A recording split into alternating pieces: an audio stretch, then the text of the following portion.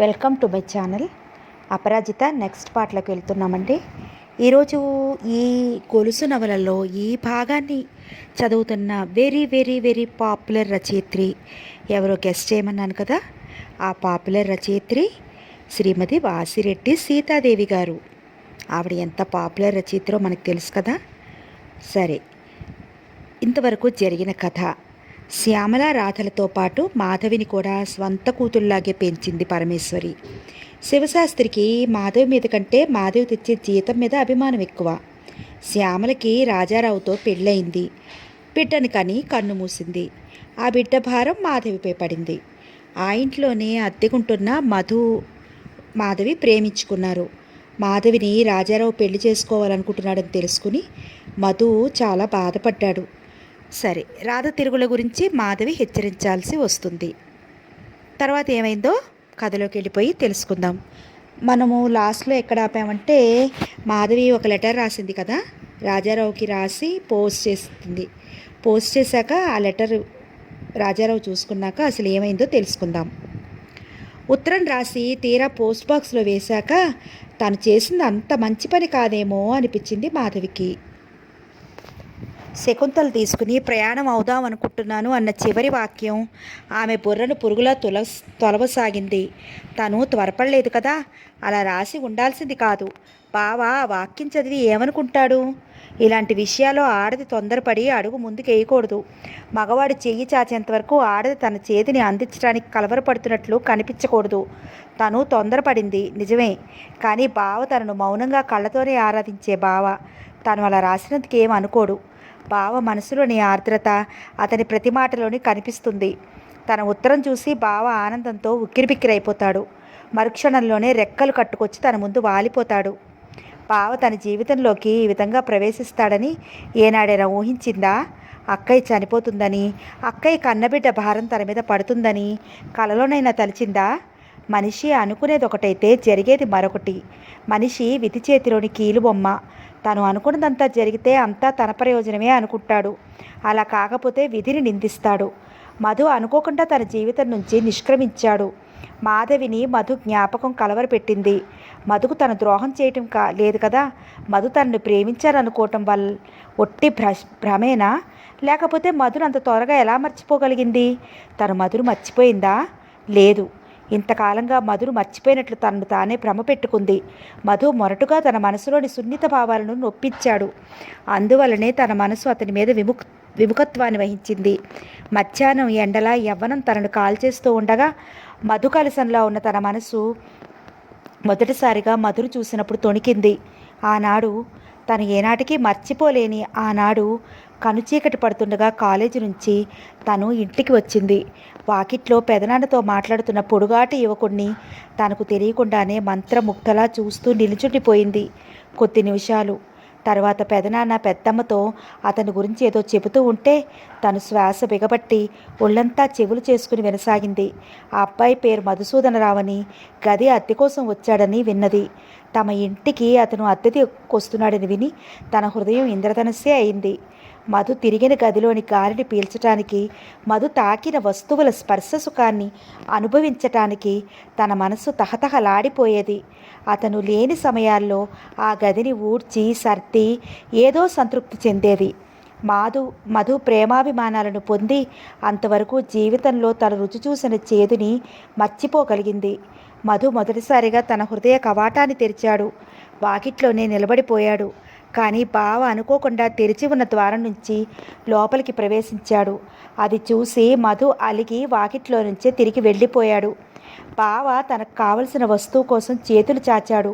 మధు తనకు సులభంగా లభ్యమయ్యే వస్తువును వదిలేసి అభిమానపడి వెళ్ళిపోయాడు. బావ మధు ఇద్దరి స్వభావాలలో ఎంత వైవిధ్యం ఉంది. మధు స్వభావం ఎత్తు నుంచి కిందకి దూకే జలపాతం లాంటిది. అందులోని ఆవేశం చుట్టుపక్కల వాతావరణాన్ని ఉద్రిక్తపరుస్తుంది, ఉరకలు తీయిస్తుంది, ఇట్టే ఆకర్షిస్తుంది.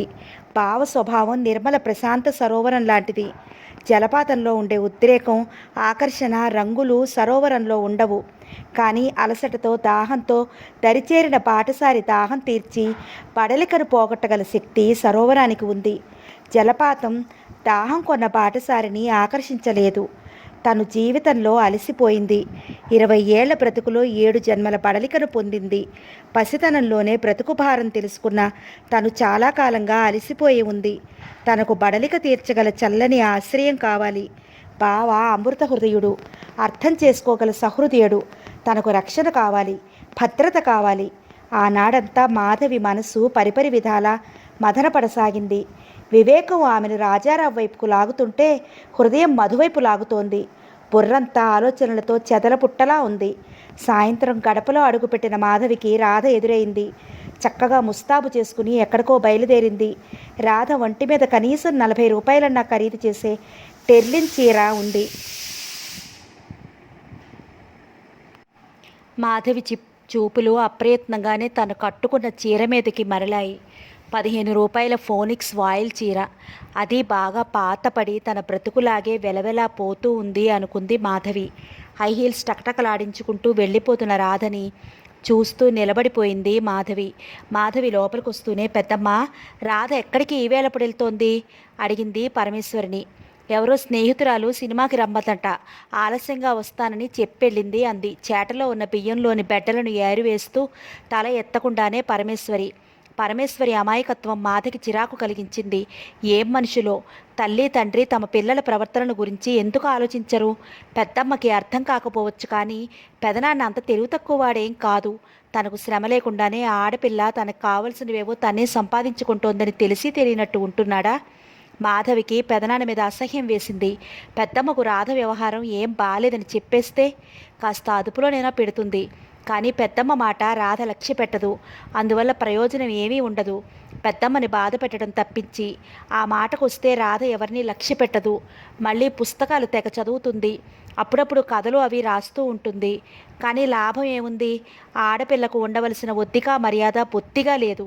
వాస్తవాన్ని వదిలి ఎప్పుడూ ఊహాలోకంలో విహరిస్తున్నట్లుగా కనిపిస్తుంది.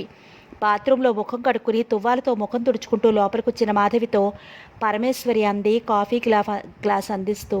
మధు, చూడమ్మా, నా చీరలు బొత్తిగా చిరిగిపోయాయి. 1 తారీఖును తెస్తాలే పెద్దమ్మ అంది మాధవి. అమ్మాయి, నా పంచెలు కూడా బొత్తిగా చిరిగిపోయాయి. చెప్పులు చూడు మరీ ఎలా తెగిపోయాయో. అప్పుడే లోపలికొచ్చిన శివశాస్త్రి అందుకున్నాడు. మాధవికి ఒళ్ళు మండిపోయింది. ఎలాగైనా చావండి, ఇక ఈ సంసారాన్ని ఎదుట నా వల్ల కాదు అనాలనుకుంది. అలాగే పెదనాన్న అని మాత్రం అనగలిగింది. మాధవికి ఎందుకో చెప్పలేనంత దుఃఖం పొర్లికొచ్చింది. అక్కడి నుంచి గబగబా తన గదిలోకి వెళ్ళిపోయింది. మంచానికి అడ్డం పడింది. కళ్ళు మూసుకుంది. అందరూ తనను తమ స్వార్థం కోసం ఉపయోగించుకోవాలని చూసేవాళ్లే. తనకేం కావాలో అడిగేవాళ్ళు కానీ అర్థం చేసుకునేవాళ్ళు కానీ లేరు. ఒకప్పుడు మధు ఉండేవాడు, కానీ ఆ మధు కూడా తనను సరిగా అర్థం చేసుకోలేకపోయాడు. మధులో అంత సహనం లేదు. పసివాడి మనస్తత్వం. ఆలోచించి అర్థం చేసుకోగలిగాడు బావ ఒక్కడే. ఆ రాత్రి మాధవికి అన్నం తినాలని అనిపించలేదు. పరమేశ్వరి ఎన్నిసార్లు భోజనానికి పిలిచినా వినిపించుకోనట్లే కళ్ళు మూసుకుని పడుకుంది. అలాగే నిద్రపోయింది. తెల్లవారుతూనే శకుంతలను తీసుకుని తను బావ దగ్గరికి వెళ్ళిపోవటానికి నిశ్చయించుకున్నాకనే ఆమెకు నిద్ర పట్టింది. తెల్లవారి లేచి మామూలుగానే అన్ని పనులు ముగించుకుని కాలేజీకి బయలుదేరింది. తీరా ఉత్తరం రాసిందే కానీ రాజారావు నుంచి సమాధానం లేకుండా బయలుదేరాలంటే ఏదో అభిమానం అడ్డుపడింది. తన ఉత్తరం చూడగానే రాజారావే వస్తాడని ఆశించింది. మాధవి రాజారావు కోసం ఎదురు చూడసాగింది. చూసి నిరాశ చెందింది.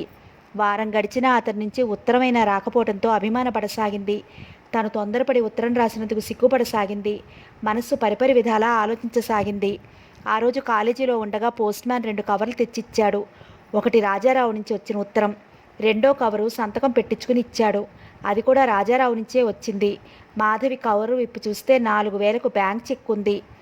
మాధవికి ఏమీ అర్థం కావటం లేదు. 2వ కవర్ తెరిచింది. రాజారావు మాధవికి రాసిన ఉత్తరం. అంత పెద్ద ఉత్తరం, బ్యాంక్ చెక్, ఆమెలో ఏవేవో అనుమానాలు రాసాగాయి. ఆత్రంగా ఉత్తరం చదవసాగింది. మధు బావ ఎదురుగా నిల్చొని పిలిచినట్లే అనిపించింది. అలా పిలువిస్తున్నప్పుడు మా బావ కంఠం ఎంత మెత్తగా ఉంటుందో. మాధవి ఉత్తరం మీద కళ్ళు తిప్పింది. నీ ఉత్తరం అందింది, చదివాను, చాలా బాధ కలిగింది. మాధవి ముందుకు చదవలేకపోయింది. బావకు తన ఉత్తరం బాధను కలిగించిందా? బావ తన ఉత్తరం చదివి ఆనందంతో ఉక్కిరిబిక్కిరవుతాడనుకున్న తన ఉత్తరం బావకి బాధను కలిగించిందా? నీ ఉత్తరం చదివాను, మరోసారి చదివాను. అలా ఎన్నిసార్లు చదివానో చెప్పలేను. మాధవి తేలిగ్గా నిట్టూర్చింది. అనవసరంగా భయపడినందుకు తనలో తనే నవ్వుకుంది. ఉత్తరం ఆలోచించాను, చాలా ఆలోచించాను. ఎంతో ఆలోచించే ఈ నిర్ణయానికి రాగలిగాను. మాధవి ఊపిరి బిగపెట్టి చదవసాగింది. మాధవి, నువ్వు చాలా స్వార్థపరుడుగా ఊహించి ఉంటావు కదూ? అవును మాధవి, నేను చాలా స్వార్థంగా ప్రవర్తించాను. నాకు ఊహ తెలిసిన తర్వాత నేను ఎన్నడూ ఇంత చిన్నవాడినిగా ప్రవర్తించలేదు. కేవలం నీ కోసం, నిన్ను నా దాన్ని చేసుకోవటం కోసం చాలా సంకుచితంగా ప్రవర్తించాను. నీ సున్నితమైన మనసును నొప్పించాను. నిన్ను నువ్వు ప్రేమించే వ్యక్తి నుంచి దూరం చేశాను. నువ్వు నన్ను నిందించలేదు, అసహించుకోలేదు. నువ్వు చాలా ఉన్నతమైన దానివి. అందుకే నా మీద జాలితో, నీకు నీ అక్కయ్య ఉన్న అభిమానంతో, ఆమెకిచ్చిన వాగ్దానానికి బద్దురాలివై శకుంతల కోసం నీ ప్రేమను సైతం త్యాగం చేయడానికి సిద్ధపడ్డావు. ఏంటి ఇలా రాస్తున్నాడు? బావ బహుశా తనను కాదు, బావ ఎన్నటికీ అలా రాయడు. బావకు తను కావాలి. ఆ కళ్ళల్లో ఎంత ఆరాధన, ఆర్తి, తన కోసం ఎంత తపన. నన్ను అర్థం చేసుకుంటావు కదూ మధు. నిన్ను ఇలా సంబోధించే అధికారం నాకు లేదని నాకు తెలుసు. అయినా నిన్ను ఇలా పిలవటమే నాకు ఇష్టం. నువ్వు మధును ప్రేమిస్తున్నట్లు నాకు తెలియదు.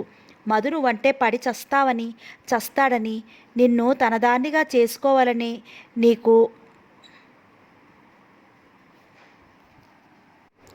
డబ్బు ఇచ్చాడని తలిచాను. అతడు చేసిన సహాయానికి కృతజ్ఞతతో నువ్వు కట్టుబడి ఉండాల్సి వచ్చినందుకు వచ్చావు అనుకున్నాను. అందువల్లనే నిన్ను రుణముక్తుని చేద్దామని, నిన్ను నాదానిగా చేసుకుందామని ఆశపడ్డాను. అందువల్లనే నిన్ను రుణ విముక్తని చేద్దామని,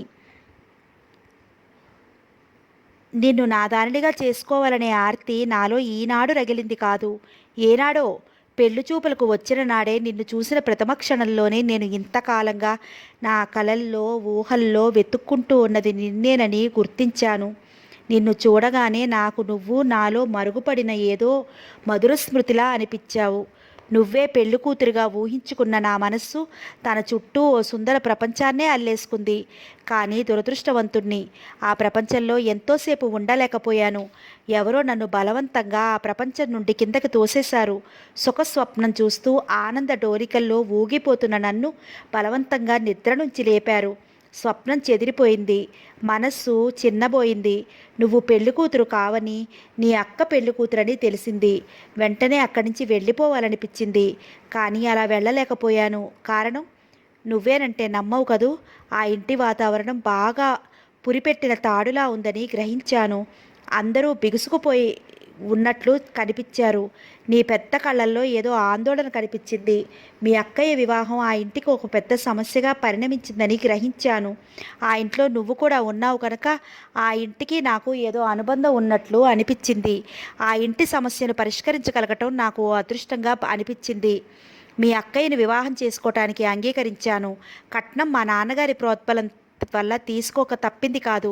అలా కాని పక్షంలో మా నాన్న ఈ వివాహానికి అంగీకరించరని నాకు తెలుసు. మీ అక్కయ్యను భార్యగా, జీవిత భాగస్వామిగా గౌరవించగలిగానే కానీ ప్రేమించలేకపోయాను. మీ అక్కయ్య అకాల మరణానికి గురి కావటం, శకుంతల బాధ్యత నీ మీద పడటం చిత్రంగా లేదు? మోడువారిన నా జీవితం తరఫున నాకు తెలియకుండానే చిగుళ్ళు వేయసాగింది. కళ్ళలోని కరిగిపోయిన కలల్ని కళ్ళ ఎదురు చూడాలనే కాంక్ష మరోసారి తల ఎత్తింది. నిన్ను నాదాన్ని చేసుకోవాలనే వాంఛ తీవ్రమయ్యింది. నువ్వు మధుని ప్రేమిస్తున్నావనే అనుమానం కలిగినా నాలోని స్వార్థం ఆ అనుమానాల్ని జోకొట్టి నిద్రపుచ్చటానికి ప్రయత్నించింది. ఆనాడు మధును కలుసుకోవటానికి నువ్వు పడిన ఆరాటం, కలుసుకోలేకపోయినందుకు పొందిన ఆవేదన నాకు అర్థం కాకపోలేదు. అయినా అర్థం కానట్లే నటించాను. నిన్ను నాతో పార్కుకు రావాల్సిందిగా బలవంతం చేశాను. అయిష్టంగానే నాతో పార్కుకు వచ్చావు. నీ మనస్సు సున్నితం. ఇతరులను నీ కారణంగా నువ్వు బాధపడనివ్వవు. అందుకే నువ్వు బాధపడి నాతో పార్కుకు వచ్చావు. మాధవి ఉత్తరం నుంచి తలపైకెత్తి ఓ క్షణం ఎక్కడోకో దూరాలకు ఆలోచన రహితంగా చూస్తూ ఉండిపోయింది. ఆ రోజు నన్ను వివాహం చేసుకోమని నిన్ను ఒప్పించటానికి అనేక విధాలా ప్రయత్నించాను. ఇంటికి వచ్చాక నాలోకి నేను తిరిగి వచ్చాను. తాపీగా ఆ విషయం గురించి ఆలోచించాను. నేనెంత సంకుచితంగా ప్రవర్తించానో అర్థం చేసుకున్నాను. నా ప్రేమ మీద నాకే చిన్నచూపు ఏర్పడింది. అందులో స్వార్థపు వాసన ఉన్నట్లు గ్రహించాను. పవిత్ర ప్రేమ ఎప్పుడూ తను ప్రేమిస్తున్న వ్యక్తుల నుంచి దేనిని పొందుదామా అని ఆరాటపడదు. తనను ప్రేమిస్తున్న వ్యక్తులకు తాను ఏమి ఇవ్వగలదా అని తహతహ మాత్రమే తెలుసు. నిజమైన ప్రేమకు ఆలోచించాను. ఎన్నో రాత్రులు ఆలోచిస్తూనే గడిపాను. శకుంతల మిషతో నిన్ను నా దానిగా చేసుకోవటానికి ప్రయత్నించటం ఎంత అల్పత్వమో తెలుసుకుని సిగ్గుపడ్డాను. బలవంతంగా నీ ఇష్టానికి వ్యతిరేకంగా నిన్ను నా దాన్ని చేసుకోవటానికి ప్రయత్నించాను. నా సుఖం కోసం, నా ఆనందం కోసం, నా ప్రేమ కోసం, నీ సుఖాన్ని, నీ ఆనందాన్ని, నీ ప్రేమను నలిపివేయటానికి ప్రయత్నించాను. మాధవి, మధు, నిన్ను ఇలా పిలవటం ఆఖరిసారే కావచ్చు. నన్ను క్షమిస్తావు కదూ? మాధవి చేతిలో కాగితాలు గాలికి రెపరెపలాడాయి. ఆమె గుండెలు దడదడలాడాయి. అయితే బావ, కాదు, అలా ఎన్నటికీ కాదు. ఊపిరి బిగపట్టి ముందుకు చదవసాగింది. నేనే నీకు ఉత్తరం రాయాలనుకున్నాను. నీ నుంచే ఉత్తరం వచ్చింది. మధు వెళ్ళిపోయాడని రాశావు. బహుశా మధు కోపగించుకుని వెళ్ళి ఉంటాడు. అలా మధు వెళ్ళిపోవటం నీ మనస్సును లోతుగా గాయపరిచింది. చాలా లోతైన గాయం తగిలినప్పుడు వెంటనే బాధ తెలియదు. మధు అలా వెళ్ళిపోయినందున నువ్వు బాధపడుతున్నావో లేదో కూడా నీకు తెలియనంతగా దిమ్మెరిపోయావు. ఎంతో లోతుగా దెబ్బ తగలటం వల్లనే నీకు జీవితం మీద విరక్తి కలిగింది. దెబ్బతిన్న ప్రేమ నీలో ద్వేషంగా మారింది. నీకు తెలియకుండానే మధు మీద ప్రతీకారం తీసుకోవాలనే కసి నీలో బయలుదేరింది. అందువల్లనే నువ్వు నాకు ఆ ఉత్తరం రాశావు. శకుంతల తీసుకువస్తున్నానని రాశావు. కానీ నేను నిన్ను భారీగా స్వీకరించిన మరుక్షణంలోనే నీలోని ప్రతీకారాచ్య చల్లారుతుందని, ప్రతీకారం తీర్చుకోగలిగిన ద్వేషం పశ్చాత్తాపంగా మారుతుందని, పశ్చాత్తాపాగ్నిలో దగ్ధమైన ప్రేమ తప్తస్వరంలా కల్మషరహితంగా హృదయాన్నంతా ఆక్రమించుకుంటుందని నీకు తెలియదు. ఆ తర్వాత నువ్వు చేసిన తప్పు గ్రహించుకుని కుమిలిపోతావు. మధు కోసం రోధిస్తావు. అదీ కాక నీకు నేనంటే జాలి వల్లనే ఆవేశంలో ఇంత త్యాగానికి తయారయ్యావు. నాకు కావలసింది జాలి కాదు. నా మీద ఎవరైనా జాలి పడటాన్ని నేను భరించలేను. అది నా స్వభావానికి విరుద్ధం. నాకు కావలసింది నీ మనసు. అది నీ దగ్గర లేదని నాకు తెలుసు. మధుకు కోపం రావటంలో ఆశ్చర్యం ఏమీ లేదు. ఆనాడు మనిద్దరినీ పార్కులో చూసి ఉంటాడు. అందుకే అలిగి వెళ్ళిపోయి ఉంటాడు. అంత మాత్రానికే అభిమానపడితే ఎలా మాధవి? ప్రేమ, అభిమానం రెండు కత్తులు. ఒక ఒరిలో ఇమడనట్లే ఒక్క హృదయంలో ఇమడవు. మధు ముందు అభిమానం ఏమిటి? అతన్ని కలుసుకో. అతనికి కలిగిన భ్రమను తొలగించు. నేను కట్నంగా తీసుకున్న 4,000 పంపించాను. మధుకు ఇవ్వవలసిన డబ్బు ఇచ్చేయి. మీరిద్దరూ సుఖంగా ఉండాలని మనసారా కోరుకుంటున్నాను. శకుంతల బాధ్యత ఎలా అని ఆలోచిస్తున్నావా? నేను బ్రతికుండగా నా బిడ్డకు మరో వ్యక్తి తండ్రిగా వ్యవహరించటాన్ని నేను భరించలేను. నేను మళ్ళీ వివాహం చేసుకోపోవటం లేదు. ఈ జీవితానికి ఈ అనుభూతి చాలు. మా దూరపు బంధువుల్లోని ఒక ఆమె శకుంతలను పెంచుకోవటానికి ఒప్పుకుంది. ఆమెకు ఎవరూ లేరు. వయసు మళ్ళిన ఆమెకు ఇంత ఆశ్రయం ఇచ్చినట్లు అవుతుంది.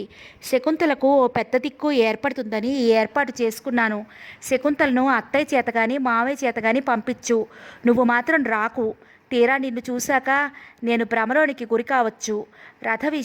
ప్రలోభానికి గురి కావచ్చు. రాధ విషయం భయపడుతూ రాశావు, బాధపడుతూ రాశావు. రాధ చిన్నపిల్ల కాదు, చాలా తెలివైనది కూడా. ఒకరు చెప్తే వినే తత్వం కాదు, చాలా ధైర్యం కలది. జీవితంలో ఎలాంటి ఒడిదుడుకులనైనా ఎదుర్కోగల మనస్థైర్యం కలది. ఆమె గురించి నువ్వు బాధపడకు. నువ్వు ఎక్కడ ఉన్నా, ఎలా ఉన్నా అన్ని వేళలా సుఖంగా ఉండాలని కోరుతూ నీ బావ. మాధవికి దుఃఖం పొర్లుకొచ్చింది. గబగబా బాత్రూంలోకి వెళ్ళిపోయింది. 2 చేతుల్లో ముఖం దాచుకుని వెక్కి వెక్కి ఏడ్చింది. బయట నుంచి కాలేజీ బెల్ వినిపించింది. ముఖం కడుక్కుని అద్దంలో చూసుకుంది. ఏడ్చినట్లు కనిపిస్తోంది. ముఖానికి ఇంత పౌడర్ అద్దుకుని బయటకు వచ్చింది. ఇంటర్వెల్ కావటం వల్ల కాలేజీ అంతా హడావుడిగా ఉంది. మాధవి రోజు సెలవు పెట్టి ఇంటికి బయలుదేరింది. మాధవికి ఆలోచించుకోవాలని లేదు, కళ్ళు మూసుకుని పడుకోవాలనుంది. ఏమ్మా అప్పుడే వచ్చేసావు? ఇంట్లో కూర్చుని అప్పడాలు ఒత్తుతున్న పరమేశ్వరి ప్రశ్నించింది.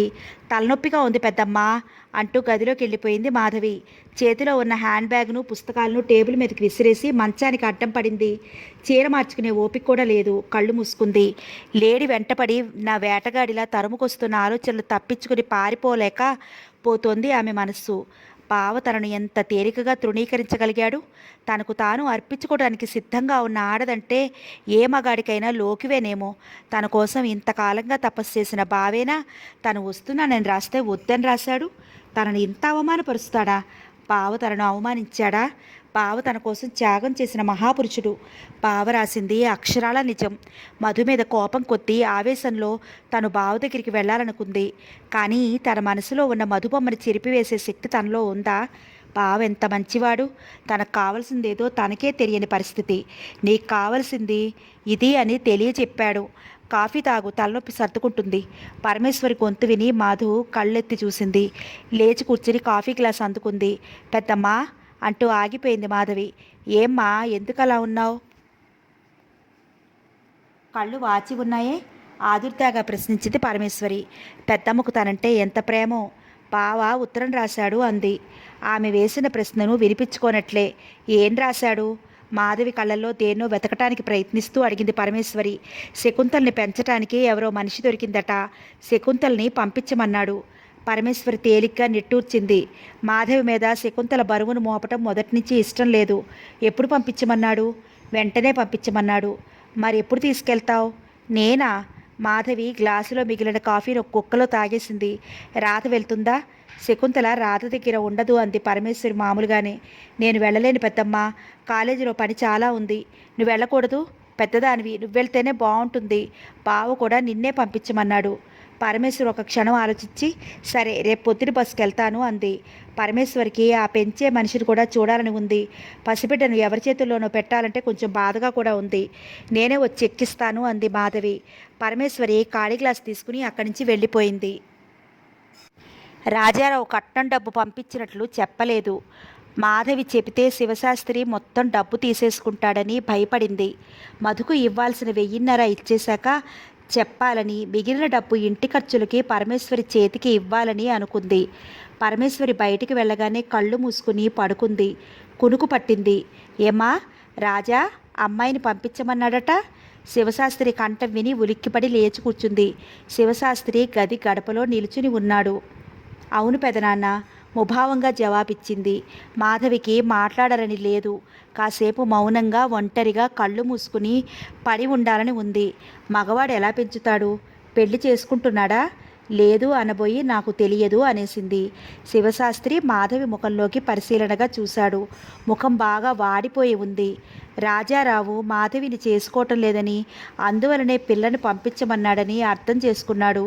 తేలిగ్గా నిట్టూర్చాడు. ఆ మధ్య కొంతకాలం అతనికి ఓ దిగులు పట్టుకుంది. మాధవి పెళ్లి చేసుకుని వెళ్ళిపోతే ఇల్లు గడవటం ఎలాగా అని చింత పీడించసాగింది. శివశాస్త్రికి సంతోషాన్ని కలిగించిన విషయం ఏదో మాధవి లీలగా గ్రహించింది. శివశాస్త్రి చిన్నగా అక్కడి నుంచి వెళ్ళిపోయాడు. ఏం మనుషులు! పెదనాన్న ఒకనాడు తను ఆ ఇంటికి రావటానికి ఇష్టపడింది పెదనాన్న. ఈనాడు తను ఆ ఇంటిని వదలటం ఇష్టపడటం లేదు. తనే అతని పెట్టయితే తన వివాహం గురించి ఆలోచించడా? అక్కయ్య పెళ్లి కోసం ఎంత గొడవ పడిపోయాడు. రాధ తన పెళ్లి తనే స్వయంగా చేసుకోగలగదని బహుశా నమ్మకమేమో. రాధ అప్పుడప్పుడు తెచ్చిపెట్టే చిరుతిళ్ళకి ఆశ పడుతున్నాడు. కూతురు ప్రయోజకురాలనుకుంటున్నాడు. తను మాత్రం వివాహం చేసుకోకుండా అలాగే ఉండిపోతే చాలు పెదనాన్నకి. చీకు చింత లేకుండా తిని తిరగొచ్చు. ఎంత స్వార్థం! తన జీవితం ఇలా వీళ్ళందరి కోసం బలి అయిపోవాల్సిందేనా? తనెవరికీ అక్కర్లేదు. ఈ ఇంట్లో వాళ్ళకి తన సంపాదన కావాలి. చిన్నతనంలో తల్లిదండ్రుల చల్లని నీడకు దూరమైంది. యవ్వనంలో మొదటిసారిగా తనను ఆకర్షించి ఆశలు చూపించిన మధు కూడా తనను వదిలేసి వెళ్ళిపోయాడు. ఏ ఆధారం ఆసరాతో తను మిగిలిన జీవితాన్ని నిశ్చింతగా గడపాలని అభిలషించిందో అది తనకు లభించలేదు. భగవంతుడు తనను ఎందుకింత దారుణంగా శపిస్తున్నాడు? బావ దగ్గరికి వెళ్తే బావకు తన అసహాయతను తెలియజేసి ఇంత ఆసరా ఇవ్వమని అడిగితే బావ మంచివాడు, తప్పక తనను స్వీకరిస్తాడు. కానీ ఒకసారి అలా రాసిన బావ దగ్గరికి తను ఎలా వెళ్ళగలదు? చిన్నప్పటి నుంచి తను ఎవ్వరిని నోరు తెరిచి ఏమీ అడగలేదు. తను బావను గౌరవించింది, మధును ప్రేమించింది. మధు దగ్గరికే వెళ్ళి జరిగిందంతా చెప్తే పిచ్చి మధు, ఒట్టి ఉద్రేకం. బావతో తనను పార్కులో చూసి అపార్థం చేసుకున్నాడు. మధు ప్రవర్తనకి ఆశ్చర్యపడవలసింది, అభిమానపడవలసింది ఏమీ కాదు. ఈ పరిస్థితుల్లో మధే కాదు, ఎవరైనా అలాగే అర్థం చేసుకుంటారు. తను మాత్రం ఏం చేసింది? మధుతో మనసు విప్పి మాట్లాడిందా? తను అభిమానపడిందిగా. తను అడగకుండానే 4,000 అప్పు తెచ్చాడు. అది తీర్చడానికి ఓవర్ వర్క్ చేశాడు. అదంతా ఎవరి కోసం చేశాడు? తన కోసమే, కేవలం తన కోసమే. అలాంటి మధు వెళ్ళిపోగానే తను భావన చేసుకోవడానికి సిద్ధపడింది. అందుకే తనకు భగవంతుడు మంచి శిక్షే విధించాడు. మధు ఎంత బాధపడి ఉండకపోతే తనకు ఒక్క ఉత్తరమైనా రాయకుండా ఉంటాడు. డబ్బు పంపిస్తే తన తండ్రి అడ్రస్కు పంపించమని పెదనాన్నకు అడ్రస్ రాశాడు. ఆ అడ్రస్ తన దగ్గర ఉంది. మధు ఉద్యోగం మానేసి ఉంటాడు. లేకపోతే తన అడ్రస్ ఇవ్వకుండా తన తండ్రి అడ్రస్ ఎందుకు ఇచ్చి ఉంటాడు? రేపే తను వాళ్ళకి ఇవ్వాల్సిన డబ్బు పంపించేస్తే ఎలా? మాధవికి ఓ ఆలోచన వచ్చింది. ఆ డబ్బు వంకతో తను మధు వాళ్ళ ఊరు వెళ్ళి రావచ్చు. మధు కనిపిస్తే అన్ని విషయాలు అభిమానపడకుండా మాట్లాడుకోవచ్చు. అలా కాకపోయినా మధు ఎక్కడ ఉండేది, ఎలా ఉంది తెలుసుకోవచ్చు. తెల్లవారి పరమేశ్వరుడి బస్సు ఎక్కించి తను మధు వాళ్ళ ఊరు వెళ్ళటానికి నిశ్చయించుకుంది మాధవి. అంతవరకు బరువుగా ఉన్న మనసు కొంత తేలిక పడినట్లు అనిపించింది. అప్పటికి బాగా పొద్దు వాటారింది. గదిలో ఉక్కగా ఉంది. అలా చల్లగాలికి ఎక్కడికైనా వెళ్ళాలనిపించింది మాధవికి. కానీ ఓపిక లేదు. లేచి ముఖం కడుక్కుని డాబాపైకి వెళ్ళి పచారులు చేస్తూ ఆలోచిస్తూ రోడ్డు మీద వచ్చేపోయే జనాన్ని చూస్తూ కాలక్షేపం చేయసాగింది. దూరంగా రాధ ఎవరో యువకుని పక్కగా నడుస్తూ కనిపించింది. అలా నడి రోడ్డున ఎవరితోనో రాసుకుంటూ నడుస్తున్న రాధని చూస్తుంటే మాధవికి ఎబ్బెట్టుగా తోచింది. అంతకుముందు రాధతో కనిపించిన యువకుడు కాదు అతను.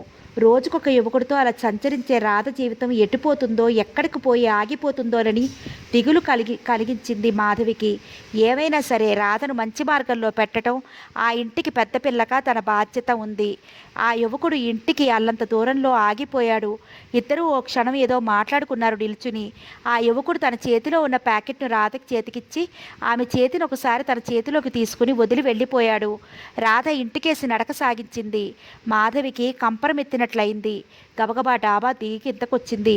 రాధ చేతిలో ప్యాకెట్లతో లోపలికి వచ్చింది. మాధవిని చూసి చూడనట్లే నిర్లక్ష్యంగా లోపలికి వెళ్ళిపోయింది. మాధవి రాధ వెనకే గదిలో ప్రవేశించింది. రాధ చేతిలోని ప్యాకెట్ ఇప్పింది. మబ్బు వన్నె ధర్మవరం పట్టుచీర. మాధవి తెల్లబోయి చూసింది.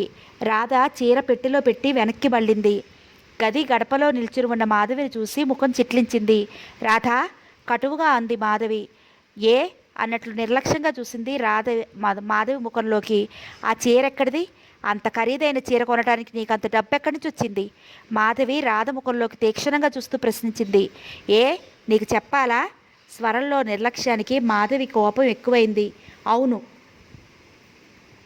ఎందుకో తెలుసుకోవచ్చా? ఈ ఇంటికి నేను పెద్ద బిడ్డగా, నీకు అక్కగా. అలాగా? అంటే నేను నీ అదుపాజ్ఞల్లో ఉండాలంటావు? వాల్యూమ్ పెద్ద చేస్తూ కసిగా అడిగింది రాధ. రాధ స్వరంలోని తీవ్రతకు మాధవి కొంచెం వెనక్కి తీసింది. అది కాదు రాధా, నువ్వు అలా పురుషులతో విచ్చలవిడిగా తిరగటం ఏమీ బాగాలేదు. చూసేవాళ్ళు ఏమనుకుంటారు? మొన్నటికి మొన్న నేను నా స్నేహితురాలు సినిమాకి వెళ్తే అక్కడ నువ్వు తయారు. ఇద్దరు మగవాళ్ళతో సినిమాకి వచ్చావు. నాకు తల కొట్టేసినట్లయింది. ఇంటర్వెల్లో లేచి వచ్చేశాను. ఇంకా వ్యంగ్యంగా ప్రశ్నించింది రాధ. ఈ రకరకాల చీరలు నీకెక్కడి నుంచి వస్తున్నాయి? ఇప్పుడు నేను చూడలేదనుకున్నావా? వాడెవడో వీధి చివరి వరకు వచ్చి నీ చేతికి ప్యాకెట్ ఇవ్వడం చూశాను. అయితే ఏమంటావు? కాస్త ఇంగిత జ్ఞానంతో ప్రవర్తించడం మంచిది అంటాను. అలాగా? మధుతో నువ్వు షికారులు కొట్టింది ఇంగిత జ్ఞానంతోనేనా? ఆ తర్వాత మధుకి మొండి చేయి చూపించి పావుతో పార్కుకు తిరగటం కూడా ఇంగిత జ్ఞానమేనా? రాధా, ఎందుకు అలా అరుస్తావు?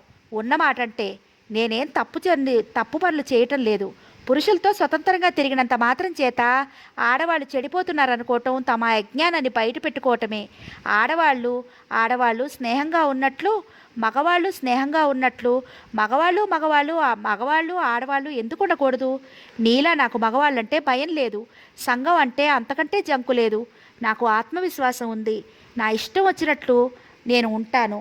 మగవాడు నా మీద చెయ్యి వేసే ధైర్యం చెయ్యలేడనే నమ్మకం నాకుంది. మగవాడు ఆడదాన్ని ఆమె ఇష్టం లేకుండా ఏదో చేస్తాడనే విషయాన్ని నేను నమ్మను. రాధ ఆవేశంతో మాటలు పెగలక ఆగిపోయింది. మాధవి ఆశ్చర్యంగా రాధ ముఖంలోకి చూస్తూ నిలబడిపోయింది. ఓ క్షణం ఆగి రాధ మళ్ళీ అందుకుంది. నాకు అవన్నీ ఎక్కడి నుంచి వస్తున్నాయని, ఎవరిస్తున్నారని కదూ నీ అనుమానం?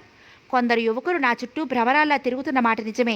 నా అనుగ్రహం కోసం వారు రకరకాల బహుమతుల్ని ఇవ్వటానికి పోటీ పడుతున్నారు. వాళ్ళందరూ చూసేది నిజమైన నిష్కలమైన ప్రేమేనని నేను భ్రమపట్టం లేదు. వాళ్ళు నన్ను భ్రమపెట్టి తమ కోరికలు తీర్చుకోవాలని చూస్తున్నారు. నేను వాళ్ళని మూర్ఖులు చేసి నాకు కావలసిన వస్తువుల్ని సంపాదించుకుంటున్నాను. రాధను చిన్నపిల్లగానే ఊహించుకుంటూ వచ్చిన మాధవికి రాధ మాటలు మతి పోగొట్టాయి. తెల్లబోయి చూడటం తప్ప ఏమీ మాట్లాడలేకపోతోంది. ఒక విషయం గుర్తుంచుకో, నేను మార్గం తప్పి ప్రవర్తించాలనుకుంటే నన్నెవరూ ఆపలేరు. నాకు కావలసింది నేను మనసారా కోరుకునేది నిర్భయంగా చెయ్యగలను. అనవసరంగా నా మీద పెత్తనం చెలాయించడానికి ప్రయత్నించకు. నా స్వవిషయాల్లో జోక్యం కలగజేసుకోకు. నేను ఇప్పటికే రచయిత్రిగా కొంత స్థానాన్ని సంపాదించుకున్నాను. నీకంటే నేను ఎక్కువ చదువుతాను, ఎక్కువ ఆలోచిస్తాను. నాకు నచ్చిన మార్గంలో నేను నడుస్తాను. నీలా ఏది తేల్చుకోలేక నాకేది కావాలో నాకే తెలియని పరిస్థితుల్లో నేను లేను. ఏమిట్రా అన్నాళ్ళకి రారే, ఎంతసేపు కబుర్లు అంటూ పరమేశ్వరి వచ్చింది. మాధవి త్రుళ్ళిపడి వంటిట్లోకి నడిచింది. రాధ తువ్వాలు సబ్బు పట్టుకుని బాత్రూమ్ కేసి నడిచింది.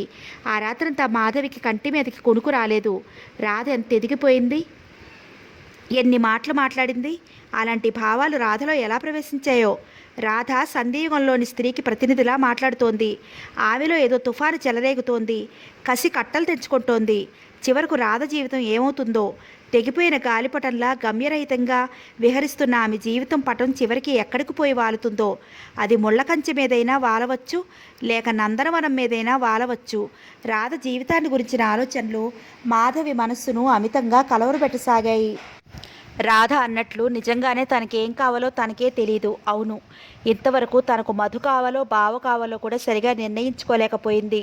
అందుకే తను మధుని, తనను అంతగా ఆరాధించిన వ్యక్తిని, తన కోసం ఎలాంటి కష్టాన్నైనా నవ్వుతూ భరించిన మధును తను తెలివి తక్కువగా దూరం చేసుకుంది. తనకు నిజంగానే రాధకున్నటువంటి ధైర్యం లేదు. తను తప్పక మధును వెతుక్కుంటూ వెళ్తుంది. ప్రపంచంలోని మరే శక్తి తనను మధు నుంచి వేరు చేయలేదు. తెలతెలవారుతుండగా ఆలోచనల నుంచి నిద్రలోకి జారిపోయింది మాధవి. శకుంతలను తీసుకుని పరమేశ్వరి బయలుదేరుతూ ఉంటే మాధవి పిల్లను హృదయానికి గాఢంగా హత్తుకుంది. పెంచిన మమకారంతో మాధవి మనస్సు కకావికలమైంది. కళ్ళల్లో నీరు సుళ్ళు తిరుగుతోంది. అక్క, నన్ను క్షమించు. నీకు మాట ఇచ్చిన ప్రకారం నీ బిడ్డను నా బిడ్డగా చేసుకోలేని అసమర్థురాలిని అంటూ శ్యామలకి మనస్సులోనే క్షమాపణ చెప్పుకుంది. శివశాస్త్రి భార్యను బస్ వరకు దిగపెట్టడానికి బయలుదేరాడు. మాధవికి అంతవరకు కూడా వెళ్ళవలసిన అవసరం కలగలేదు. పరమేశ్వరి పిల్లని తీసుకుని రిక్షా ఎక్కుతూ ఉంటే మాధవి దిగాలు పడి గడపలోనే నిల్చుండిపోయింది. రిక్షా కదిలిపోతుంటే కన్నీటితో పసిదాన్ని సాగనంపింది మాధవి. తీరా లోపలికొచ్చాక ఇల్లంతా బావురుమంటూ బోసిగా ఖాళీగా కనిపించింది. శకుంతలను దూరంగా చేసుకున్న బాధ ఒకవైపు, మధును దగ్గర చేసుకోబోతున్న ఆనందం మరోవైపు చీకటి వెలుగుల్లా ఆమె హృదయాన్ని చుట్టివేశాయి. మాధవి తన పెద్ద హ్యాండ్ బ్యాగ్ను తీసుకుని అందులో ఒక చీర జాకెట్ పెట్టుకుంది. రాజారావు పంపించిన డబ్బు కవర్తో బ్యాగ్లో పెట్టుకుంది. బయటికి రాబోతున్న మాధవికి రాధ తన గదిలోకి వస్తూ ఎదురయ్యింది. మాధవి ప్రశ్నార్థకంగా రాధ వైపు చూసింది. శకుంతలను ఎందుకు అమ్మ తీసుకుని వెళ్ళిపోయింది? బావ పంపించమన్నాడా? కుతూహలం ఆమె స్వరంలో స్పష్టంగా ద్యోతకం అయింది. అవును, మాధవి ముక్తసరిగా జవాబిచ్చింది. రాధ ఓ క్షణం ముఖంలోకి కుచ్చి చూసింది. అక్కడ ఆమెకి ఏ భావము గోచరించలేదు. బావ పెళ్లి చేసుకోవటం లేదా? ఏమో, నాకేం తెలుసు? మాధవి విసుగ్గా అంది. నిన్నే చేసుకుంటాడనుకున్నాను. రాధ స్వరంలోని వ్యంగ్యం మాధవికి చెంపదెబ్బ కొట్టినట్లయింది. రాధ, ఏంటా వాగుడు అంటూ మాధవి విసురుగా బయటికి వెళ్ళిపోయింది. అలా వెళ్ళిపోతున్న మాధవి కేసి జాలిగా చూస్తూ రాధ నిట్టూర్చింది. ఆ సమయంలో రాధను మాధవి చూడగలిగితే రాధకు తన మీద తను ఊహించుకున్న దానికంటే కసి కానీ కోపం కానీ ఏమీ లేదని తెలిసిపోయేది ఆమెకి. మండుతున్న జ్యోతి మీద బుట్ట బోర్లిచ్చినట్లుగా అప్పుడే ఆకాశంలో వెలుగు ఆరిపోతోంది. తుమ్ము రేపుతూ వచ్చి ఆగింది బస్. బస్తీకి కాలిబాటన ఊళ్ళోకి నడవక సాగించింది మాధవి. మాధవికి ఆ పల్లె వాతావరణంలో ఓ వింత ప్రశాంతత గోచరించింది. పశువులు ఇళ్లకు తిరిగొస్తున్నాయి. పిల్లలు గుంపులుగా చేరి రకరకాల ఆటలు ఆడుతున్నారు. దాదాపు అన్ని ఇళ్లకి వీధి వాకిలికి ఇరువైపులా రాతి అరుగులున్నాయి. వయసు మళ్ళిన వారు అరుగుల మీద కూర్చుని ఉన్నారు. మాధవి చిన్నతనం నుంచి బస్తీలోనే పెరిగిన మాధవి ఆ పరిసరాలన్నీ ఉత్కంఠతో పరిశీలిస్తూ నడుస్తోంది. పిల్లల దగ్గర నుంచి పెద్దవాళ్ళ వరకు వీధిలో ఎదురైన ప్రతి ఒక్కరూ తనను వింత వస్తువును చూసినట్లు చూస్తున్నారనేది గ్రహించింది. మాధవి తనలో తనే కుచించుకుపోసాగింది. పమిట చెరుగుడు భుజాల మీదుగా కప్పుకుని తల వంచుకుని గబగబా నడక సాగించింది. ఊరు చౌరాస్తా చేరుకున్న మాధవికి ఎటు వెళ్ళాలా అనే సందేహం కలిగింది. తనను ఓ వింత జంతువులా చూస్తున్న వాళ్లను ఫలానా వారి ఇల్లు ఎక్కడా అని అడగాలంటే మాధవికి అభిమానంగా ఉంది. అయినా తప్పదు అనుకున్న మాధవికి రచ్చబండ మీద కూర్చుని ఉన్న కొందరు పెద్దలు తనకేస్తే చూస్తూ ఉండటం కనిపించింది. ధైర్యం చేసి రచ్చబండ దగ్గరికి వెళ్ళింది. ఏమ్మా, ఎవరిల్లు కావాలి? సందేహిస్తూ నిలిచిన మాధవిని ఓ గుబురు మీసాల ముసలాయన ప్రశ్నించాడు. అతని కంఠంలో ఆశ్చర్యంతో పాటు ఆదరణ కూడా నిండి ఉంది. పాపయ్య శాస్త్రి గారి ఇల్లు. చిన్నగా గొణిగింది మాధవి. ఏ పాపయ్య శాస్త్రి? ఈ ఊళ్ళో ఇద్దరున్నారు అన్నాడు లంక పొగాకు చుట్ట తాలూకు పొగను గుప్పున వదులుతూ. మాధవికి ఏం చెప్పాలో తెలియక మౌనం వహించింది. ఇంటి పేరేంటమ్మా అన్నాడు లావుపాటి ముసలాయన. ఇంటి పేరేంటో మాధవికి తెలియదు. మధు వి అని రాసేవాడు. వాళ్ళ అబ్బాయి పేరు మధు, హైదరాబాద్లో ఉద్యోగం చేస్తూ ఉంటాడు. ఇంటి పేరు వి అని రాసేవాడు అంది మాధవి చిన్న గొంతుతో జంకుగా. ముగ్గురు పెద్ద మనుషులు ఒకరి ముఖాలు ఒకరు చూసుకున్నారు. పొదల సందురించి చీల్చుకుంటూ సూర్యకిరణాలు వచ్చినట్లు గుబురు మీసాల సందుల నుంచి హాసరేఖలు ముందుకొచ్చాయి. గుబురు మీసాల తాలూకు పెద్ద మనిషి ముఖంలోకి అతని చిరునవ్వు. అలా చెప్పు, అబ్బాయిని వెతుక్కుంటూ వచ్చిన పట్నం అమ్మాయి అన్నమాట అని నిలదీసి అడిగింది అతని చిరునవ్వు. మాధవికి అక్కడ నిల్చోవాలంటే ఇరుగ్గా ఇబ్బందిగా ఉంది. అక్కడి నుంచి పారిపోగలిగితే బాగుండి అనిపించింది. తను ఇలా వచ్చి ఉండవలసింది కాదు అని అనిపించింది. ఈ వీధినే వెళ్ళి రెండో సందు, కుడివైపు రెండో సందులో చివరి డాబా ఇల్లే మధుసూదన్ రావు గారి ఇల్లు అన్నాడు ఓ వయసు మళ్ళిన పెద్ద మనిషి. బ్రతుకు జీవుడా అనుకుంటూ మాధవి అక్కడి నుంచి ముందుకు నడిచింది. ఆమె ఎంత వేగంగా నడుస్తున్నా ఆ పెద్ద మనుషుల తాలూకు చూపులు తనను వెంటాడుతున్నట్లే అనిపించింది మాధవికి. పల్లెటూర్లు స్వర్గసీమలని వింది, కానీ తను కాలు పెట్టిన క్షణం నుంచే తనకు అది నరకసీమలాగా చాలా ఇరుగ్గా అనిపిస్తోంది. చిన్నతనం నుంచి బస్తీలోనే పెరిగి పెద్దదై ఒక్కసారి పల్లెటూరులో కాలు పెట్టిన వాళ్ళకి పల్లె వాతావరణం అలానే అనిపిస్తుందేమో. ఇంకా ఉందండి, నెక్స్ట్ పార్ట్లో చెప్పుకుందాం. Thank you for listening to me.